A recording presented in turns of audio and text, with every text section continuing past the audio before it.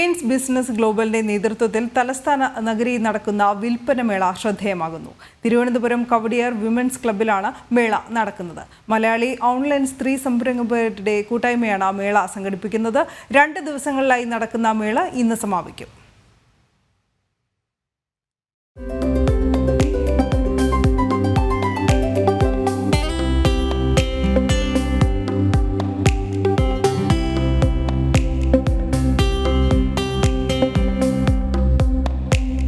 വസ്ത്രങ്ങൾ, ആഭരണങ്ങൾ, കരകൗശല വസ്തുക്കൾ തുടങ്ങിയ നിത്യോപയോഗ സാധനങ്ങളാണ് മേളയിലെ പ്രധാന ആകർഷണം.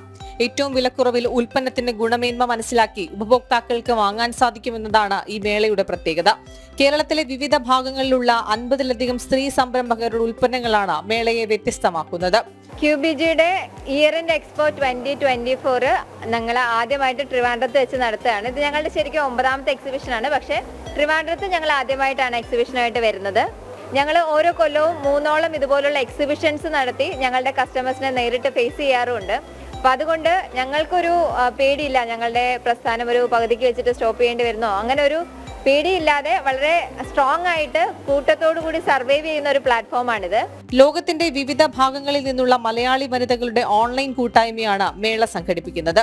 ക്വീൻസ് ബിസിനസ് ഗ്ലോബൽ എന്നാണ് കൂട്ടായ്മയുടെ പേര്. സ്ത്രീ സംരംഭങ്ങൾ പൊതുവെ പകുതിക്ക് വെച്ച് പൂട്ടിപ്പോകുന്നത് നമുക്ക് ഓൺലൈൻ മാർക്കറ്റ് പിടിക്കാൻ പറ്റാത്തത് കൊണ്ടും അല്ലെങ്കിൽ നമുക്കൊരു പരിധിക്കപ്പുറം അത് വളർത്തിക്കൊണ്ട് പോകാൻ പറ്റാത്തത് കൊണ്ടാണ്.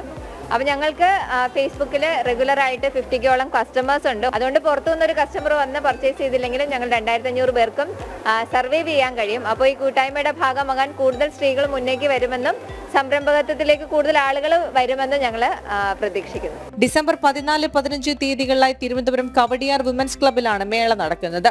മികച്ച ഉൽപ്പന്നങ്ങൾ കൈവശമുണ്ടായിട്ടും വിപണി കണ്ടെത്താൻ കഴിയാത്ത സ്ത്രീ സംരംഭകർക്കായിട്ടാണ് ക്വീൻ ബിസിനസ് ഗ്ലോബൽ സംഘടിപ്പിച്ചത്. 2500ഓളം സ്ത്രീ സംരംഭകരാണ് നിലവിൽ കൂട്ടായ്മയിലുള്ളത്. ജനം, തിരുവനന്തപുരം.